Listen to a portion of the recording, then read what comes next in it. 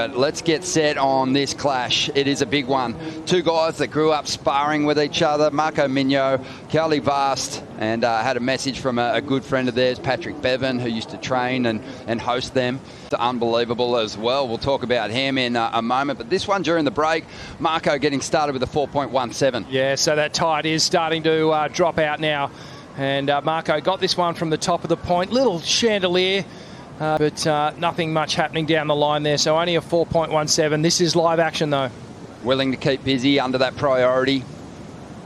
That was interesting, that last heat for Marco. It just felt really scrappy through the opening stages. And I think a lot of competitors in the lead up to the event obviously got a lot of time in this lineup. Yeah. And doing it a little tougher. And just there, I think Kauli paddled for that wave and lost priority, but that looks like Marco's up. Oh, swinging on the inside. Marco, so explosive. That's the move that he used in heavy moments, clutch moments, to get his biggest results last year, Rich. I love his willingness to go for it. Yeah, so do I. He needs to settle in, though. Looks like he's going to grab one of these insiders that might grow down the line. Busy start to the heat for Marco. Nice slice there, getting his board right through the turn to the point of release and combos it up pretty nicely. Gets a finish there right on the inside. So picking off a couple of rebates under priority here. And he'll drop probably his best number for that one. He looks fast, he looks sharp. You can see his surfing evolving. I think he had moments last year, but really relied on his frontside rotations to get himself the biggest scores. This year he's dropped some big scores, keeping his rails wet. Yeah, that was... It's really special. I mean, half of the beach, like half of the Gold Coast is filled with Brazilians. It's like half of Brazil here. So I really feel that support. I feel that energy. I feel the passion from them. I love it. I thrive off of that. So yeah, I'm really stoked that everyone came down to support us. It really means the world. And yeah, just on to the next one. Speaking of Brazil, feel free to take some time to say hi to fans back home. 20.5 minutes to go, and Marco has been the busiest surfer in the lineup. This is wave number 7. Kauli Vaast yet to take a score and sort of seems comfortable letting Marco take these insiders, but he's got to be careful. Oh. He's showing good form, Mignot, even though he pushed that board there. You can see what he's thinking. If I'm going to, as we now see, Vaast driving off the bottom on his first effort. A really strong start here. Just great approaches to these steeper sections of the pocket. Lines up this section and clouts it with a whole lot of power. Regarded for his tube riding, but this guy's put the work in, doing a lot of work with Joan Daru, unfortunately. Hold back, but this first turn just squares up beautifully and then waits for it to double up here. Just ripping off the top, but this is the money turn there. Yeah. That was it. Yeah, that turn there, mid-range through the wave, that had a lot of power and commitment. Bit of sting to it, and unfortunately just slight misjudgment. And you can see it in the way he coaches his riders, but here we go, Marco up on this one. Yeah, Marco just, again, just so busy in the opening stages of this heat. He just hasn't been able to convert it into a solid number, so it's sort of playing out much like his round 2 heat, Rich. I think he's going to have to really reset. Here he goes. Yeah, takes to the sky here, loses the equipment, and, well, lucky to dodge it. Didn't look like he had super high impact with the board, but did look sketchy. Taking on last year's Rookie of the Year, Marco blew our minds with his ability to perform in high-pressure situations, and he's kind of surfing this heat where he may need to pull something out of the bag in the final stages here. Kauli Vaast finding the edge, holding on to the single highest ride at the moment, a 6.33, and paddles hard to get down the line, building speed. He's been in fine form with these big backhand blasts and delivers another solid blow there. Great transition to maintain a down the line approach. Grabs the rail, tucks in, finds some cover, and comes out. A really well put together wave already with the opportunity to finish strong on the inside. Then looks for the ski, and this is that last wave for Kauli Vaast. Geez, he got some acceleration and speed off the takeoff. Blasts the lip, gets the tail release, and again cuts that one under the lip, gets the check stall, pulls that back leg up into a perfect little pig dog stance. and maintains control, threads that barrel perfectly, and finishes so strong. Got done on his ride too. Okay, this is the wave before last. So this is the 477. Gets a little tail flare snap to start things off. That's a clean wrap. And another one. So a few just transition turns here. Bit of repetition. Now he comes through to the inside. Blows the tail out. Works to get around this section. He's in a bit of hurt here.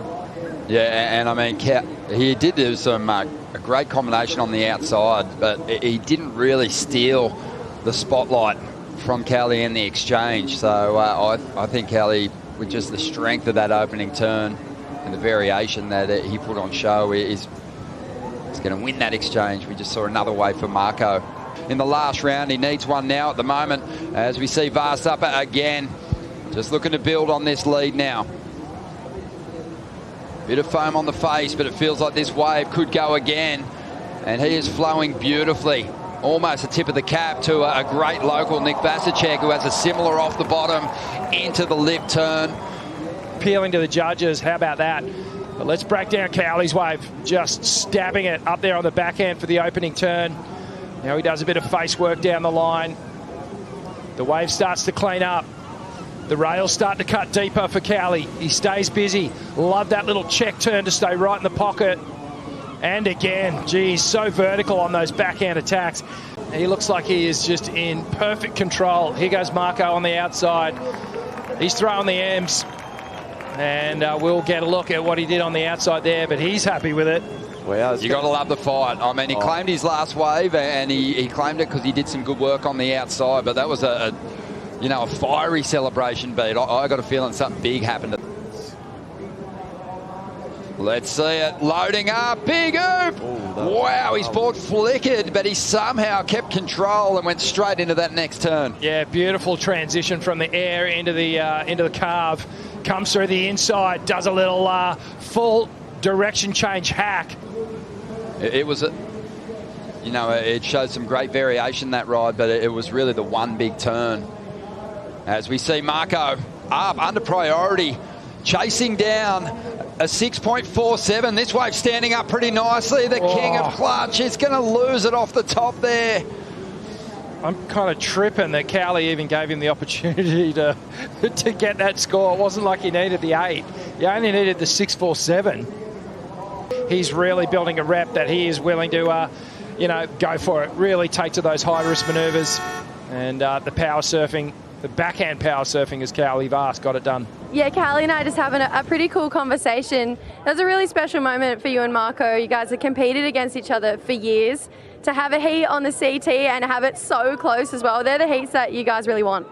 Exactly, it was a war. With him, it was special because it's the first time I have a heat with him on the CT. He qualified when I had the year for the Olympics, and then we were calling each other, just motivate each other. And it's like he's my brother, so I have a lot of respect for him, and I love him. And to have a heat like this in the water, round 3 in the CT is with good waves, it's something special for me because we can push each other.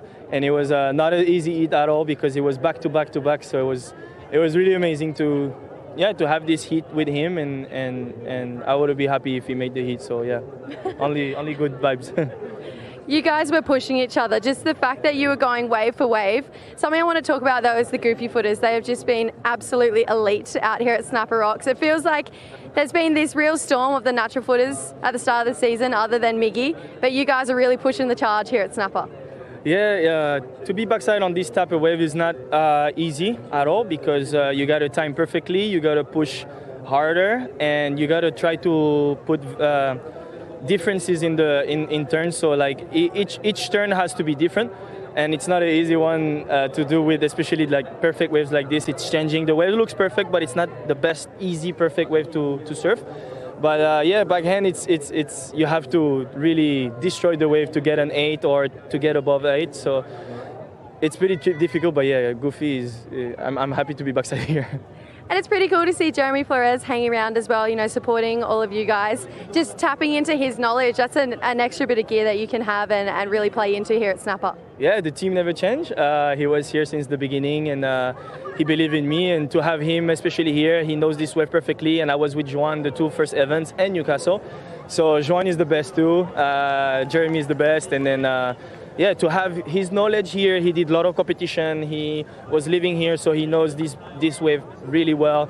Yeah, this knowledge is gold, and it's amazing to have him on my side. So yeah, thank you, Jeremy. And now some words in French to your fans back home. Ouais, merci beaucoup. Super content d'être passé. On est en quart et du coup, voilà, demain au Chilon. Thanks, Kauli. Thanks, guys.